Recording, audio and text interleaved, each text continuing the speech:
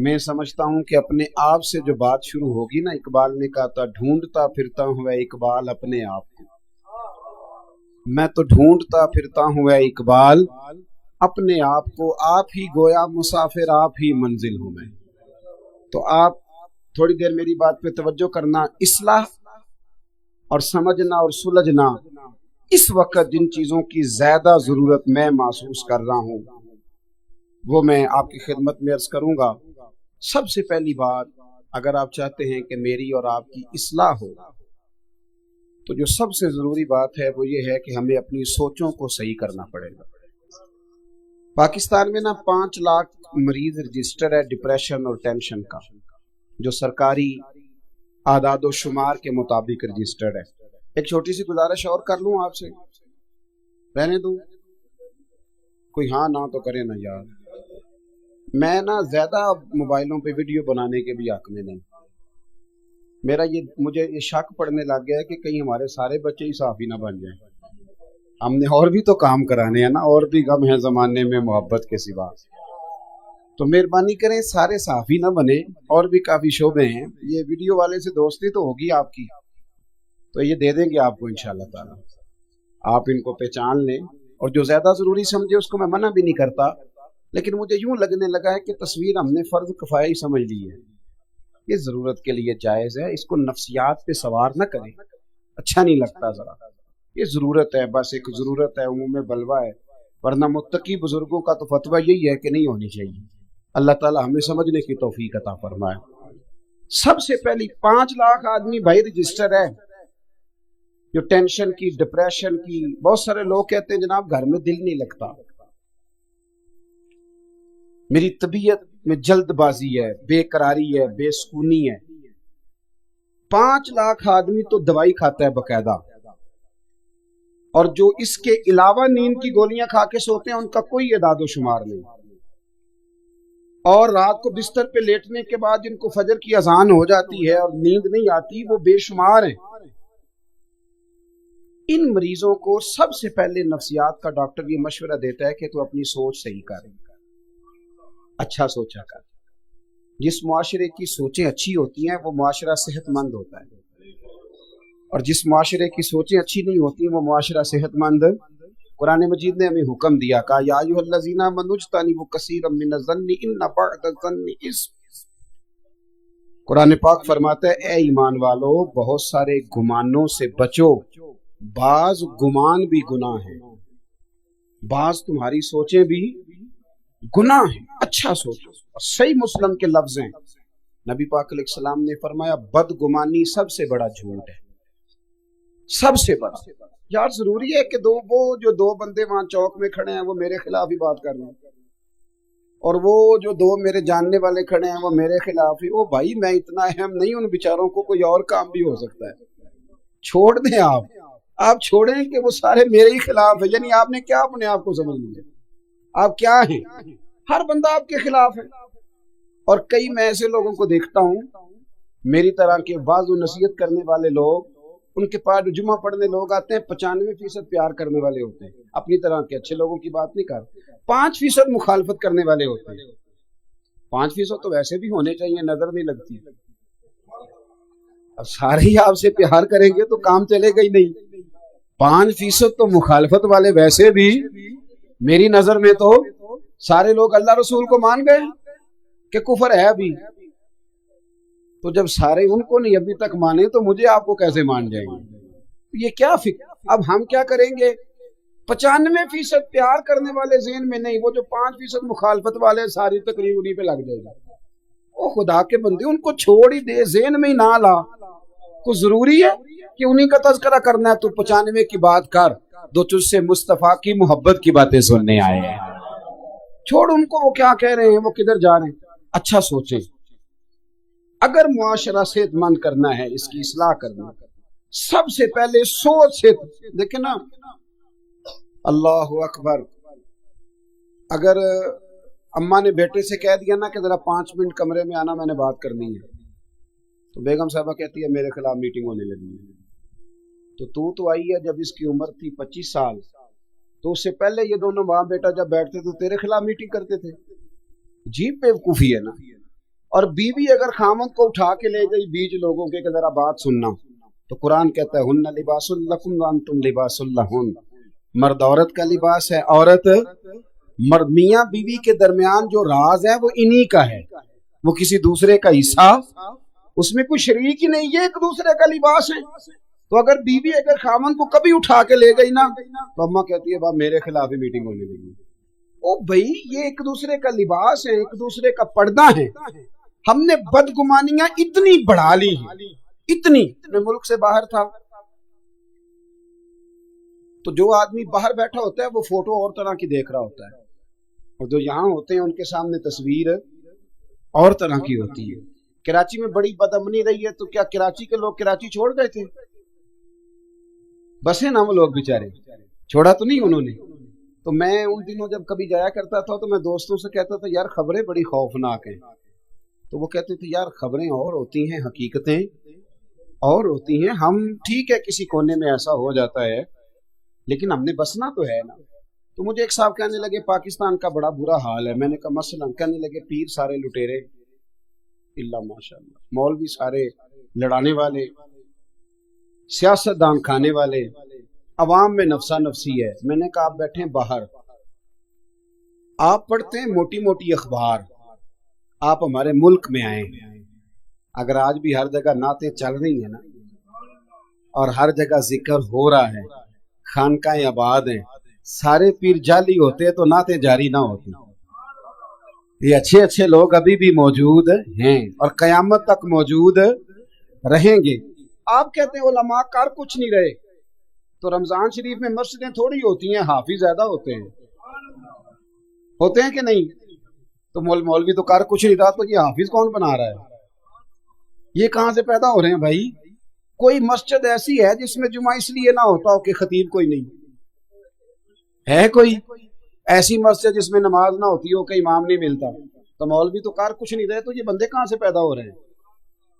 یہ لوگ کبھی ایسا ہو کہ جب میں مسئلہ پوچھنے گیا تھا تو مجھے مولوی کوئی نہیں ملا، بولے تو صحیح یار، کبھی ایسا ہوا ہو یا مولوی صاحب نے کہا ہو صبح 9 بجے آنا، ڈاکٹر تو یہی کہتا ہے نا، لیکن مولانا کو آپ یہ کہنے کی اجازت دیتے؟ کبھی ایسا ہوا ہے کہ مسئلہ پوچھنے گیا تھا پر مولوی نہیں ملا؟ تو میں نے کہا آپ دور بیٹھ کے ایسی باتیں کرتے ہیں، مدارس آباد ہیں، گورنمنٹ کوئی سرپرستی نہیں کرتی، لیکن اللہ کے فضل سے ہر سال رسول اللہ کے غلام تیار ہوتے ہیں، حافظ، قاری اور عالم تیار ہوتے ہیں۔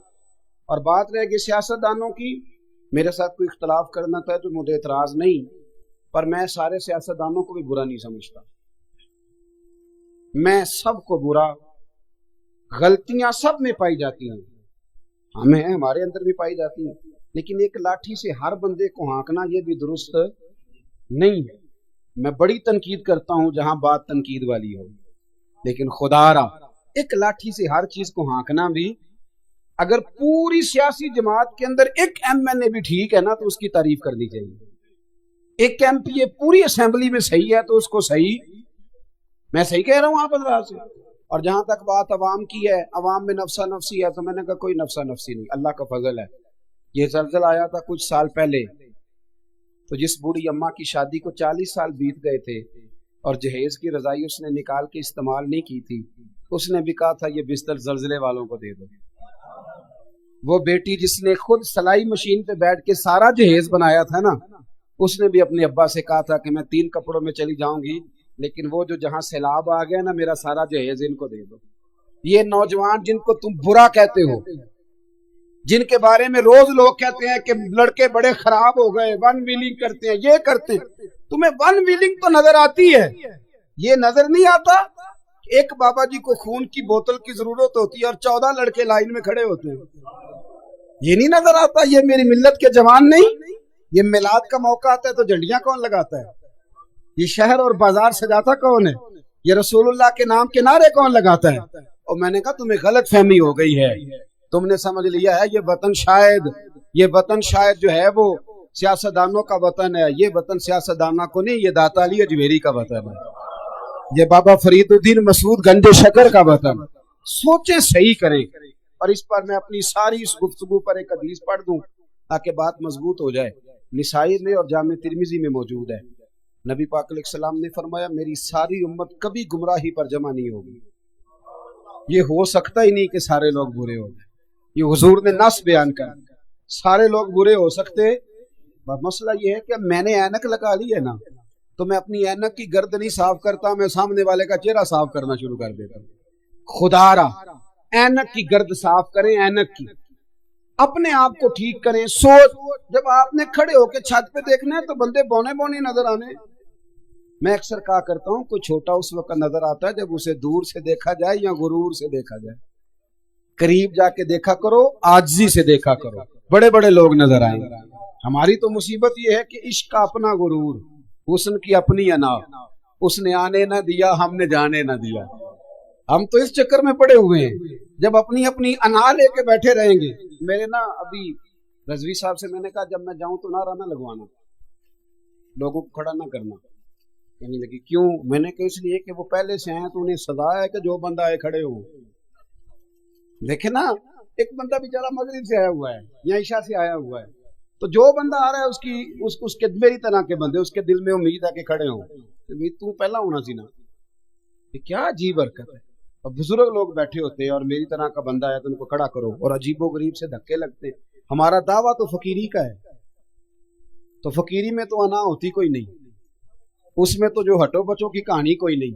اس میں تو لوگ حضرت خواجہ باعزید بستامی, حضرت خواجہ ان کو سب سے پہلے سلطان العارفین کہا گیا ہے. اور حضرت خواجہ باعزید نے ایک دفعہ دعویٰ کیا تھا, فرمایا میرا اصلی نام یاد کر لو, رب تمہاری بخشش فرما دے گا. اتنا بڑا آدمی. ایک شخص ملنے آ گیا, اس نے پوچھا حضرت خواجہ پیر باعزید بستامی آپ ہیں؟ تو آپ فرمانے لگے 30 سال ہو گئے میں تلاش کر رہا ہوں, اگر حضرت خواجہ پیر تمہیں ملا تو میری بھی ملاقات کرا دینا. 30 سال سے ڈھونڈ رہا ہوں. یہ کہہ کہ آپ چلے گئے تو اس نے دوبارہ ایک بندے سے پوچھا کہ حضرت خواجہ پیر باعزید بستامی, تو کہنے لگا ابھی تو تم باتیں کر رہے تھے ان سے. کہ میں نے تو ان سے کہا ہے کہ آپ حضرت خواجہ پیر باعزید بستامی ہیں, تو وہ کہنے لگے میں 30 سال سے ڈھونڈ رہا ہوں. فرمانے لگے یہی تو وہ مانتے نہیں کہ میں حضرت خواجہ پیر ہوں. یہ تو وہ مانتے نہیں نا, تم نے کہنا تھا باعزید بستامی آپ ہیں, پھر وہ قبول کر لے. اتنا لمبا رٹا, اتنا بڑا مسئلہ, اتنی بڑی, چھوٹا لقب سے بھی کام چل جاتا ہے. اور یہ جو کہ مولوی پیروں کی بات ہو رہی ہے تو آپ بڑے ہنس رہے ہیں. ویسے یہ ہے کہ محلے کے چودھری کا اشتہار پہ نام نہ لکھیں تو وہ بھی محفل میں کوئی نہیں آتا. ہن ناراض ہوئے ہو تسی تھوڑے تھوڑے. ہاں, اور مسجد کی کمیٹی کے صدر کو اپلیکیشن نہ دیں تو وہ جلسہ بھی نہیں کرنے دیتا. وہ کہتا ہے صدر میں ہوں, اور آپ نے مجھ سے پوچھا. ان چیزوں سے باہر آئیں. صاف ستھری پاکیزہ سوچ, اچھی سوچ آپ کو اچھا رکھے گی, آپ کو جوان رکھے گی. دیکھیں نا میں یہاں تقریر کر رہا ہوں راولہ کوٹ میں, اس وقت میں مظفر آباد میں نہیں کر رہا, پنڈی میں نہیں کر رہا. تو میرا یہ حق بنتا ہے کہ جو بندہ اس وقت صحیح العقیدہ آدمی مظفر آباد میں تقریر کر رہا ہے مجھے اس کی سپورٹ کرنی چاہیے. اس لیے کہ رب نے میری اوقات اتنی بنائی ہے کہ میں ایک وقت میں صرف ایک جگہ بیان کر سکتا ہوں, اور اللہ کی مخلوق بہت زیادہ ہے. لیکن اگر میں اس چکر میں پڑ جاؤں نا کہ کام صرف میں ہی کر رہا ہوں, پھر میں خرابی کروں گا, پھر میں دوسروں کی خدمات کا انکار کروں گا, پھر میں معاشرے کے اندر دقت پیدا کروں گا, پھر گروپنگ ہوگی, پھر تنگ نظری جنم لے گی. آپ اپنی طبیعت کو ٹھنڈا کریں, مزاج کو اچھا. اور یہ ہر جگہ ہو رہا ہے. علماء اور مشائخ کے کیونکہ ہم ہائی لائٹ کر لیتے ہیں نا, آپ ڈاکٹر کے پاس چلے جائیں, ایک کو آپ جا کے دوائی دکھائیں پہلے والے کی تو کہے گا اس کو کیا پتا ہے, کہ چھوڑیں گے تو تباہ کریں گے تو آپ کا معدہ ہی خراب کر دے گی ساری. ہر جگہ فساد ہے. ہم ایک دوسرے کا وجود قبول کرنے کو تیار نہ, ایسا کریں. سوچ صحیح کریں, ستھری کریں, صاف ستھری. میں نے بھی ایک ڈاکٹر صاحب کو, مجھے بھی کوئی تھوڑی تکلیف تھی پچھلے دنوں, ٹیسٹ ویسٹ کرائے تو ایک ڈاکٹر صاحب کے پاس میں گیا تو انہوں نے ریجیکٹ کر دی پچھلے کی ساری دوائی. کہنے لگے اتنی دوائی کھا کے تو بندہ پاگل ہو جاتا ہے. میں نے ان سے کہا کہ سب سے پہلے تو آپ اس ڈاکٹر کے خلاف میرے ساتھ چل کے مقدمہ کریں, اور پھر اس انسٹیٹیوٹ پر مقدمہ کریں جس نے اسے MBBS کی ڈگری جاری کی, اور پھر جتنے سالوں سے یہ دوائیاں لوگوں کو لکھ کے دے رہا ہے اس کی پریکٹس کی عمر کو 25 سال ہو گئی ہے. ان 25 سالوں میں جتنے مریضوں کا پیسہ اس نے کھایا اس کا آپ بھی حساب دیں گے, وہ بھی دے گا. کہنے لگے پیر صاحب آپ تو دور ہی نکل گئے. میں نے کہا کیا تماشا بنایا ہے, قوم کو تقسیم کر دیا ہے. ہر بندہ جو ہے وہ آ کے کہہ دیتا ہے فلانا غلط ہے. ایسے بھی کبھی ہوا ہے؟ خدا را دوسروں کا وجود مانو. پتہ ہے میرے مدینے والے محبوب کی شان کیا ہے؟ میرے رسول پاک کا کمال یہ ہے، قرآن ہے میرے نبی کی شانوں کا بیان، لیکن میرے رسول پاک پر نازل ہونے والی کتاب میں حضرت موسیٰ کی شانیں بھی ہیں، حضرت عیسیٰ کا مرتبہ بھی ہے، جناب مریم کا ذکر بھی ہے، حضرت سلیمان کی باتیں بھی ہیں، حضرت عیسیٰ کے معجزات بھی ہیں. میرے رسول کریم نے فرمایا ہے، یاد رکھو شانوں والا وہ ہوتا ہے جو دوسروں کی شانیں بھی بیان کرے. یہ کیا بات ہوئی کہ اتنی تنگ نظری ہونا؟ اعلیٰ حضرت فاضل بریلوی رضی اللہ تعالیٰ عنہ کے سامنے ایک شخص نے شعر پڑھا، اس نے کہا شان یوسف جو دبی وہ بھی اسی در پہ دبی. حضور کے در کی بات کر رہے ہیں صلی اللہ علیہ وسلم. شان یوسف جو دبی یعنی حضرت یوسف کا حسن بھی اگر معاذ اللہ دبا تو یہاں آ کے دبا. اعلیٰ حضرت فرمانے لگے یہ تو کیا کہہ رہا ہے، میرے نبی کسی کو دبانے نہیں آئے. تو کہا حضرت پھر کیا پڑھوں؟ فرمایا کہو کہ شان یوسف جو بڑی وہ بھی اسی در سے بڑی. شان یوسف جو بڑی وہ بھی، حضور پر سورہ یوسف نازل ہوئی ہے تو حضرت یوسف کا ذکر قیامت تک باقی رہے گا. تو شان یوسف جو بڑی وہ بھی، تو سوچ اچھی کریں، صاف ستھری. تمہارا بڑا عجیب مزاج ہے. ایک پیر صاحب کے مرید ہیں، پیر صاحب باشرہ ہیں، سنت کے مطابق داڑھی ہے، سر پہ پگڑی ہے، امامہ ہے، 5 نمازیں پڑھتے ہیں. میرے اور آپ کے لیے اتنا ہی کافی ہے، بہت کافی. اس کے اندر کیا ہے، وہ کھا کتنا گیا ہے، وہ لے کتنا گیا ہے، اور اس نے بنا کے لیا ہے، یہ حساب لینے کی ڈیوٹی اللہ کی ہے. نہ ہم نے دیا ہے نہ حساب ہمارے. سنت شریعت کا پابند ہے، اس سے زیادہ ہمارا تفتیش کرنا بنتا، لیکن ہم نے تو حد کر دی. ہم تو وہاں تک چلے گئے جہاں ہماری ذمہ داری خدا را. سب سے پہلے سوچ. امام عبداللہ جعفری رحمۃ اللہ علیہ فرماتے ہیں کہ سارا بغداد حضرت بشر یافی سے محبت کرتا تھا، اور صرف انسان نہیں، جانور بھی ان کی قدر کرتے. وہ ننگے پاؤں چلتے تھے تو جانور بغداد کی گلیوں میں گوبر نہیں کرتے کہ رب کریم کا بندہ جا رہا ہے. اللہ کے ولیوں کی تو جانور بھی حیا کرتے. وہ گزرتے تھے نا جانور بھی. بغداد کا ایک تاجر تھا، جب اللہ تعالیٰ کسی کو مال دیتے ہیں نا تو وہ بندہ سیانا بھی ذرا زیادہ ہو جاتا ہے دوسروں سے. اس کی سارا دن نا مشورے دینے میں اس کا وقت گزرتا ہے. علماء کو بھی مشورے دیتا ہے. وہ کہتا ہے اس موضوع پہ جمعہ پڑھایا کرو، اس لیے کہ آج کل اس موضوع کی ضرورت ہے. چونکہ 50,000 جو دیتا ہے مسجد میں سال کے بعد. تو میں کہتا ہوں اکثر کہ تیرے پاس پیسے نہ ہوتے تو پھر میں پوچھتا تجھ سے مشورہ کون لیتا ہے. اپنی حیثیت کا تعین کرو، کس چکر میں پڑ گئے ہو.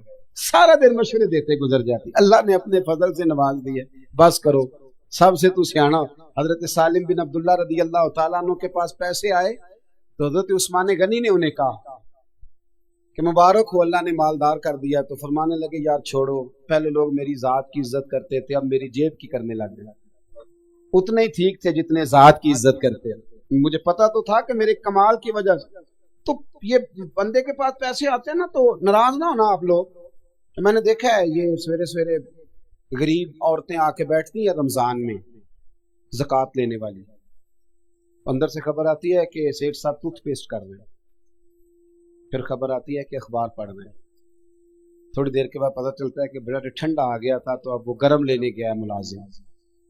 اور پھر وہ باہر نکلتے ہیں تو پھر وہ کہتے ہیں کہ تم لوگ سویرے ہی آ جاتے ہو، سونے بھی نہیں دیتے. وارث شاہ مان کری نہ وارثاں دا، رب بے وارثہ کر کے مار دے. اللہ کی بے نیازی سے ڈریں. اگر اللہ نے دینے والا بنا دیا ہے تو لوگوں کو ٹٹولتے پھرتے ہو. امام شافعی سے آ کے ایک شخص نے کہا تھا جی مجھے تو کوئی ضرورت مند حقدار ملتا ہی نہیں، میں دوں کس کو؟ تو امام صاحب کہنے لگے پہلے تو بتا جو اللہ نے تجھے دیا تو اس کا حقدار تھا؟ تیرا حق بنتا تھا جو رب نے دے دیا؟ کہنے لگا جی نہیں. تو فرمانے لگے تو پھر کیوں لوگوں کو چیک کرتا پھرتا ہے؟ اگر رب نے فضل سے دے دیا ہے تو تو بھی دیکھ، اگر کوئی ضرورت مند ہے تو زیادہ ٹٹولا نہ کر. بہرحال بات لمبی نہ ہو جائے، مضمون پہ رہنا چاہتا ہوں. حضرت بشر حافی کا سارا شہر قدر کرتا، پیار کرتا. وہ بغداد کا ایک تاجر کہتا جی مجھے نہیں بابا اچھا لگتا. بھئی آپ کو کیوں نہیں اچھا لگتا؟ توجہ ہے میری بات پر؟ آپ لوگ زیادہ تھکے ہوئے تو نہیں؟ کچھ دوست نا مجھے گھورتے ہیں تھوڑا تھوڑا، پتہ نہیں، میں کیونکہ کمزور آدمی ہوں تو مجھے احساس ہوتا ہے کہ یہاں تو دیر سے بیٹھے ہوئے یا کوئی ایسی بات ہے جس کی وجہ سے مجھ سے ناراض ہیں. آپ بالکل فکر نہیں کریں، میں جلدی چلا جاؤں گا انشاءاللہ. اور تقریر بھی میں لمبی نہیں کرتا، میں کرتا ہی تھوڑی ہوں. میں تو جمعے میں گھنٹہ نہیں کرتا، میں تو مختصر بات کرنے کا قائل ہوں. تو تھوڑی آپ پریشان نہ ہوں، اور کوئی ایسی بات بھی نہیں کروں گا جس سے آپ محسوس کریں کہ کوئی معاملہ خراب ہو رہا ہے. اللہ تعالیٰ آپ کو بہترین صلہ عطا فرمائے. وہ بغداد کا ایک تاجر کہتا ہے مجھے نہیں جی بابا اچھا لگتا. کچھ لوگ ہیں نا سٹائل ذرا ہٹ کے، یعنی سب سے الگ بات کرنی ہے، علیحدہ بولی بولنی. مجھے نہیں بھی، تمہیں کیوں نہیں اچھے لگتے؟ کہنے لگا جی یہ جمعے والے دن نا جمعے کے فرض پڑھ کے چلے جاتے ہیں، باقی نماز نہیں پڑھتے مسجد میں. مسجد میں کون سی نماز پڑھنی ضروری ہے جی؟ تو باقی جس کا جہاں دل کرے وہاں آپ پابندی لگا سکتے ہیں.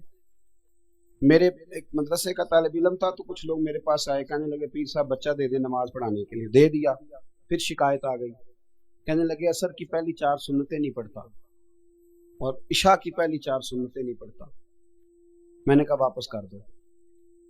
کہنے لگے جی آپ تو ناراض ہو گئے. میں نے کہا یار جس چیز کی پابندی اللہ رسول نہیں لگاتے تم کیوں لگاتے ہو؟ رب رسول اگر وہ سنتیں ضروری ہوتی تو فرض کر دی جاتی. تو جس کی اللہ رسول پابندی نہیں لگا رہے، ہمارا عجیب مزاج ہے نا، اس کی ہم پابندی لگاتے. کتنی غلط بات. اور میں چاہے چوتھی رکعت میں شامل ہوں، امام صاحب پر پابندی ہے کہ نہ وہ بچہ دیکھیں نہ بیمار دیکھیں، وہ اذان سے پہلے مسجد آئیں اور جب تک آخری سیٹھ باہر نہ نکلے وہ باہر نہ جائیں. ایسے تو نہ کرو یار، کم از کم خیال کریں تھوڑا سا. ہر شخص کی ضروریات ہے جس طرح میری اور آپ کی. وہ کہتے جی یہ پڑھ کے نا فرض جمعے والے دن چلے جاتے تھے، باقی نماز نہیں، مجھے اچھا نہیں لگتا. ایک دن ایک بندے نے سمجھایا اس تاجر کو کہ یار تو اس اتنی سی بات پر ایک بزرگ پر تنقید کرتا ہے. اور ہمارا مزاج ہے 99 خوبیاں ہوں گی، ایک خامی ہوگی پر ہم خامی کا ذکر کریں گے. حالانکہ انسان ہے، ایک خامی تو رہے گی، خامی کا ذکر کریں گے. ایک دن جب بڑا سمجھایا تو وہ تاجر کہتا ہے میرے دل میں خیال آیا پتہ تو کروں بابا جاتا کہاں ہے جمعے کے فرض پڑھ کے. کہتے ہیں حضرت کے ساتھ میں نے جان بوجھ کے ان کے ساتھ نماز پڑھی. جب وہ فارغ ہوئے تو وہ جلدی سے نکلے تو میں بھی تھوڑا چھپ چھپ کے پیچھے پیچھے ہوا. بغداد کی ایک دکان سے انہوں نے نان خریدے. میں نے پھر بدگمانی کی، میں نے کہا اوہو پیر صاحب کو بھوک نے ستایا تھا، اس لیے سنت بھی چھوڑ دی، نوافل بھی چھوڑ دی. پھر وہ آگے گئے تو انہوں نے کباب ہوٹل سے کباب لیے، تو میں نے کہا ان کی عمر دیکھو اور ذائقے دیکھو. پھر بدگمانی کی. کہتے ہیں پھر وہ جنگل کی طرف بڑھے تو میں نے کہا مولانا لوگوں سے مریدوں سے چھپ کے کھائیں گے. لیکن کہتے ہیں تھوڑا سا سفر طے ہوا تو ایک کچا مکان آیا، باہر سے کنڈی لگی ہوئی. حضرت بشر عافی نے خود دروازہ کھولا اور کہتے ہیں میں سوراخ سے دیکھ رہا تھا ایک فالج زدہ بوڑھے بیمار بابا جی لیٹے اور ان کے منہ سے رطوبتیں پانی کی نکل رہی ہیں. کہتے حضرت بشر عافی دوڑ کے آگے بڑھے، پہلے ان کو سیدھا لٹایا، پھر ایک پیالہ لیا، مٹکے سے پانی ڈالا اور پھر اپنا امامہ کھولا اور پانی میں بھگو کے تو بابا جی کا منہ صاف کیا اور پھر پہلا لقمہ بابا جی کے منہ میں ڈال کے کہنے لگے معاف کرنا ذرا مجھے جمعے والے دن دیر ہو جاتی ہے، ابھی تو میں نے سنتیں بھی پڑھنی ہیں، ابھی تو نوافل پر ادا کرنے ہیں، جمعہ تھا تو ذرا دیر ہو گئی ورنہ روز وقت پہ آتا ہوں. وہ شخص کہتا ہے میرے وجود کے رونگٹے کھڑے ہو گئے، میں کیا سوچتا تھا اور بن کیا گیا. اور فرماتے ہیں پھر وہ بیمار بزرگ وہ بولے اور کہنے لگے بشر عافی میرے تو اپنے بھی مجھے چھوڑ گئے اور 14 سال ہو گئے ہیں تو میری 2 وقت کی روٹی لے کے آتا ہے. میں پتہ نہیں زندہ لاش کب تک بنا رہوں گا، تو کب تک آئے گا. خدا کے بندے تو ہیں ہزاروں اور بنوں میں پھرتے ہیں مارے مارے، میں اس کا بندہ بنوں گا جس کو خدا کے بندوں سے پیار ہوگا. کہا 14 سال سے آ رہے ہو، کب تک آؤ گے؟ جناب بشر عافی نے اپنے ہاتھوں سے بابا جی کے آنسو پوچھے اور پھر فرمانے لگے آج کے بعد یہ لفظ نہ ادا کرنا، یہ جو سارا شہر میری عزت کرتا ہے اور جانور بھی قدر کرتے ہیں تو یہ میرے چلے اور وظیفوں کی وجہ سے نہیں ہے. میں آپ جیسے لوگوں کی خدمت کرتا رہتا ہوں تو رب نے مخلوق کے دلوں میں میری محبت پیدا فرما دی، محبت پیدا کر دی. وہ کہتے ہیں کھانا کھلا کے حضرت بشر عافی باہر نکلے تو میں قدموں میں بیٹھ گیا. میں نے کہا مرید کر لے. کہنے لگے ایک شرط ہے، توجہ ہے میری بات پر. یہاں کرامت ہوتی بھی نہیں تو لوگ فیس بک پہ دے دیتے ہیں کمپنی کی مشہوری کے لیے. کیا تماشا ہے، جو باتیں چھپانے کی تھی وہ بتا رہے ہو. یہ کیا بگاڑ دیا تصوف کا رنگ، جڑے محرم راز حقیقت دے وہ تے راز حقیقت کھول دے ہی نہیں، اے جنہ ویکھیا نہیں او کرن گلاں، جنہ ویکھ لیا او تے بول دے ہی نہیں، تو بات ہی نہیں کرتے۔ وہ تو حضرت بشر حافی فرمانے لگے ایک شرط ہے اگر تو نے میرا مرید ہونا ہے، کہ وہ کیا؟ فرمانے لگے یہ جو تو نے دیکھا ہے نا میری زندگی میں کسی سے بات نہ کرنا، یہ میری شرط ہے۔ پھر فرمانے لگے یہی تو چند نیکیاں جن کے سبب اللہ قیامت پہ رحم فرمائے، یہ بھی لوگوں کے سامنے لے آؤ۔ وہ شخص کہتا ہے جسے میں سمجھا کرتا تھا نا کہ یہ ان کا گناہ ہے، وہ ان کی سب سے بڑی نیکی نکل آئی۔ بہت ساری جگہوں پہ ہم سمجھ کچھ رہے ہوتے ہیں اور نکلتا سوچ صاف کریں، اچھی کریں، جو جس مقام پہ ہے اسے وہاں وقار دینا سیکھیں، عزت دینا سیکھیں۔ دوسری اصلاح معاشرہ کے لیے میرے ذہن میں جو بات ہے وہ یہ ہے کہ زندگی میں نا خودداری پیدا کریں۔ خودداری یہ جو آج مزاج بن گیا نا، دوسروں کے مال پر نظر اور کسی کا ہاتھ تھام کے راتوں رات بڑا ہونے کی کوشش، اس سے باہر آ گئی۔ اللہ نے جہاں مجھے بہتر سمجھا رب نے وہاں مجھے بٹھایا، اور اللہ نے جہاں آپ کو بہتر سمجھا اللہ نے آپ کو وہاں۔ دیکھیں نا اس محفل میں میری کارکردگی صرف اتنی ہے کہ میں تقریر کر رہا ہوں، اس محفل کا سب سے بڑا کارکن وہ ہے جس نے سب سے زیادہ محنت کی ہے، اس کا اعزاز سب سے زیادہ ہے۔ وہ اشتہار لگانے والوں کو اکثر سٹیج پر بیٹھنے کی جگہ نہیں ملتی، حالانکہ اصل کام ان لوگوں کا ہوتا ہے جو یہ محنت کرتے ہیں، جدوجہد۔ تو رب کریم نے جہاں جس کو رکھا ہے نا اللہ نے اسے وہی پسند کیا ہے۔ ہم نا ناراض نہ ہونا، ہم سب کی ایک چھوٹی سی سیاست ہے، ہم نا اپنی سیاست کے زور پر آگے جانا چاہتے ہیں۔ جب انسان چلاکیاں کرنے کی کوشش کرتا ہے تو پیچھے رہ جاتا ہے، اور جو اپنے آپ کو اپنے رب کے حوالے کر دیتا ہے تو اللہ رسول سے کبھی ضائع نہیں کرتا۔ اللہ رسول کبھی ضائع، ہماری وہ جو چکر بازی ہے نا، میری ملت کا جوان پڑھا لکھا ہے، خوبصورت ہے، قد کاٹھ والا ہے اور بڑا کچھ کر سکتا ہے، لیکن وہ سوچتا ہے کہ میری لندن والی پھپھو مہربان ہو گئی تو پھر میرا کام بنے گا، امریکہ والے ماموں نے میرا ہاتھ تھام لیا تو پھر میں بچ جاؤں گا، وہ سیٹھ اگر میرے ساتھ سیٹ ہو گیا تو نظام چل جائے گا۔ تو بچے خواب دیکھتے ہیں کہ میں سویرے اٹھوں تو نوٹوں سے بھرا ہوا تھیلا میری دہلیز پہ پڑا ہو۔ یہ کاہل قوموں کی سوچ ہے، اور اتنی اب ہماری گراوٹ ہے سوچ کی، اور خودداری سے اتنے دور چلے گئے ہیں کہ شادیاں سیاسی ہونے لگ گئی۔ یعنی بچہ کہتا ہے امیر گھر میں بیاہ کراؤں گا، اس کا والد کہتا ہے کہ وہاں تیری شادی ہو گئی تو چلو کو 50-60 لاکھ ادھر سے آ جائے گا، کو 10-15 میرے سے ملے گا، تیرا کام۔ جو آدمی اپنی بیوی کی گاڑی چلا کر گزارا کرنے کا عادی ہو اور ذہن رکھتا ہو، وہ کیا آپ اس کو معاشرے کا کوئی باوقار آدمی کہیں گے؟ جو بیوی کے پیسوں پر گزارا کرنے کا مزاج بنا لے۔ اقبال کہنے لگے غیرت ہے بڑی چیز جہان تگ و دو میں، غیرت ہے، بولیے، غیرت ہے بڑی، دنیا میں کوئی پیشہ برا نہیں، ریڑی لگانا بھی بڑی اعلیٰ بات ہے، بہت اعلیٰ بات ہے، بہت۔ میرے ساتھ بہت سارے لوگ نا تصویریں کھنچواتے ہیں، حالانکہ میں زیادہ قائل نہیں فوٹو کا، شاید آج تک میں نے ڈیمانڈ نہیں کی کہ میری فوٹو کھینچو، اور ہو سکتا ہے مطلب یہ کوئی کنفرم نہیں، لیکن میری دانش بینش میں ایسا نہیں کہ میں نے کبھی اپنے ہاتھ سے فوٹو بھی کھینچی ہے، مزاج نہیں، طبیعت نہیں، دلچسپی نہیں۔ لیکن میرے گاؤں کا ایک موچی ہے، جوتے گانٹتا ہے، اس شخص نے 4 بیٹیاں بیائی ہیں جوتے گانٹ کے، اور میرے ابا جی بتایا کرتے تھے کہ جن دنوں نا دھیلا چونی جوتا گانٹنے، اب تو جوتے کوئی گنڈواتا ہی نہیں، اب تو گانٹنے کا رواج نہیں، اب تو بچے نیا ہی لیتے ہیں، تو جوتا گانٹنے کے لیے جب اس کو دیتے تھے تو چونی اگر اس کی ہوتی تھی نا تو اس کو کہتے تھے نا روپیہ تو رکھ لے، تو کہتا کیوں رکھوں جی، میری چونی ہے تو میں نے چونی لینی، اور ناراض ہو جاتا تھا۔ 4 بیٹیوں کی شادی کی ہے اس نے، پھر اللہ نے اسے عمرہ بھی کرایا، اور آج بھی وہیں بیٹھا ہے۔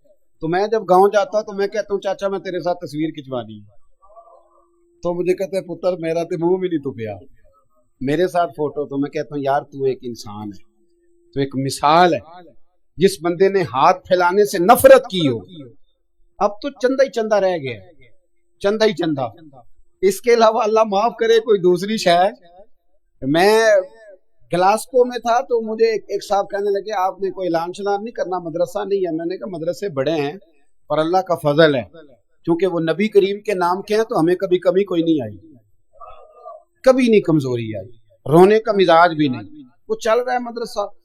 تو میں نے کہا آپ کیا سمجھتے ہیں جو یہاں آیا ہے وہ چندے لے نہیں آیا ہے؟ کیا مزاج آپ لوگوں نے بنا لیا، اس سے نکلیں۔ وہ بھی کوئی قومیں ہوتی ہیں جو ہر وقت ہاتھ پھیلا کے رکھتی ہیں۔ قرآن مجید نے صحابہ کی تعریف کی، لا یسألون الناس الحافا، وہ لپٹ لپٹ کر سوال نہیں کرتے۔ یہ صحابہ صفا کی بات کی قرآن پاک نے، لپٹ لپٹ کر سوال، خبردار تھوڑے پہ گزارا کرنا سیکھو، عزت کی زندگی جیو گے۔ اور نوجوان بالخصوص یاد رکھیں، اگر وقار سے جینا ہے، سر اٹھا کے جینا ہے اور مطمئن زندگی گزارنی ہے تو پھر اس بات پہ راضی ہو جاؤ جو اللہ نے ہمیں عطا کیا۔ پھر تیرا 5 مرلے کا مکان، اگر تو نے فراڈ کا مکان خریدا ہے نا 6 کنال کا، تو اس سے تیرا 5 مرلے کا وقار والا گھر بڑا شاندار۔ عزت کے ساتھ اگر جینا چاہتے ہو، حاتم تائی سے کسی نے کہا تھا کبھی تو نے اپنے سے بڑا سخی بھی دیکھا ہے؟ حاتم تائی کا نام ہے نا آج تک سخاوت میں، اپنے سے بڑا سخی بھی دیکھا ہے؟ اس نے کہا دیکھا ہے۔ کون سا؟ کہنے لگا میں نے ایک دفعہ اپنے سارے شہر کی دعوت پکائی تو میں چہرے پہ نقاب اوڑھ کے نکلا کہ پتہ کروں کوئی آدمی رہ تو نہیں گیا۔ تو جب میں جنگل میں گیا تو میں نے ایک بابے کو لکڑیاں کاٹتے دیکھا۔ سب لوگ اس زمانے کے جتنے پڑھے لکھے شعراء ادیب سب میں نے بلائے، بابا لکڑیاں کاٹ رہا تھا۔ توجہ ہے میری بات پر؟ کہتے میں اس کے قریب گیا، چہرے پہ نقاب تھا، میں نے کہا بابا جی آپ کو نہیں پتا آج حاتم تائی کی دعوت ہے؟ کہنے لگا بیٹے پتہ ہے۔ تو میں نے کہا جانا نہیں؟ کہتے بابے نے عجیب جواب دیا، کہنے لگا مجھے نا اپنے ہاتھوں کی کمائی کا چسکا لگ گیا۔ کس کا چسکا؟ ہاں آج کل چسکا یہ ہے کہ کسی کو پارٹی کیسے ڈالنی ہے، کیسے مفت کی روٹی کھانی ہے۔ کس کا چسکا لگ گیا؟ اپنے ہاتھوں کی۔ بولیے۔ میرے نا مدرسے میں ایک لائق بچہ پڑھتا ہے، مالدار گھرانے کا تھا، تو تھوڑی سی نا آپ کو پتہ ہے دوران طالب علمی ہمیں بھی بڑے بہانے آتے تھے تو یہ چیزیں یاد آتی ہیں، تو تھوڑا آگے پیچھے ہوتا تھا۔ مدرسے میں کام ہو رہا تھا تو میں اس کو کھڑکی میں لے کے کھڑا ہو گیا، میں نے کہا بیٹے ایک چیز تجھے دکھانی ہے، جب تیرے سامنے بھنا ہوا گوشت رکھا جاتا تو نخرے کرتا ہے، ادھر بھی آ ایک نظارہ دیکھ۔ مزدور نا سویرے 2 روٹیوں کے بیچ اچار رکھ کے لاتا ہے، اور جب وہ دوپہر کو کھانے لگتا ہے نا میرے بھائی تو وہ اچار اس کی روٹیوں کو بھی لگ جاتا ہے اور پونے کو بھی لگ جاتا ہے۔ لیکن جب دوپہر کا وقت ہوتا ہے تو مٹی سے لتھڑے ہوئے ہاتھ پہلے وہ جا کے ٹوٹی پہ دھوتا ہے، پھر وہ کیا کرتا ہے کہ وہ پانی کا پیالہ خود بھر کے رکھتا ہے۔ توجہ میری بات پہ رکھیں۔ پھر وہ زمین پہ بیٹھتا ہے اور جب وہ پونا کھولتا ہے نا، کبھی اسے کھاتے ہوئے دیکھو، یوں محسوس ہوتا ہے کہ دنیا کی ساری نعمتیں اس کے سامنے پڑی ہوئی ہیں، اور ٹیبل پر بیٹھ کر 22,000 کی روٹی کھانے والے اتنا شکر ادا نہیں کرتے جتنا وہ بندہ شکریہ ادا کرتا ہے۔ یا اللہ تیرا شکر ہے، یا اللہ تیرا شکر ہے۔ اور ان کو لفظ نہیں سیدھے پڑھنے آتے، ویسے بھی لفظ تاثیر سے بنتے ہیں تلفظ سے نہیں۔ اہل دل آج بھی ہیں اہل زبان سے آگے، صحیح تلفظ نہیں ادا کرنا آتا، لیکن جب وہ ہاتھ باندھ کے کہتے ہیں نا یا اللہ تیرا شکر ہے تو یوں محسوس ہوتا ہے کہ روٹی تو اس بندے نے کھائی ہے، کھانا تو، ورنہ شادی کے موقع پر اتنا کھایا نہیں جاتا جتنا تباہ کیا جاتا ہے، کیونکہ مفت کا ہوتا ہے نا، مفت کا۔ تو یاد رکھیں محنت کی کمائی ایک حسن ہے، ایک وقار ہے۔ وہ جو بندہ 50 لاکھ روپیہ مہینے کا یا سال کا کماتا ہے وہ تو دیکھتا بھی نہیں بیچارہ پیسوں کو، وہ بینک میں آئے اور بینک سے ہی ساری زندگی اپنی دولت دیکھ سکتا، لیکن جو 600 روپیہ دیہاڑی لیتا ہے نا، اس کو جب شام کو ملتی ہے تو 3 دفعہ ہاتھ صاف کرتا ہے اور 3 دفعہ بسم اللہ شریف پڑھتا ہے، اور پھر وہ جیب میں ڈالتا ہے، پھر وہ حساب کرتا ہے کہ 50 کہاں لگانے ہیں، 60 کہاں۔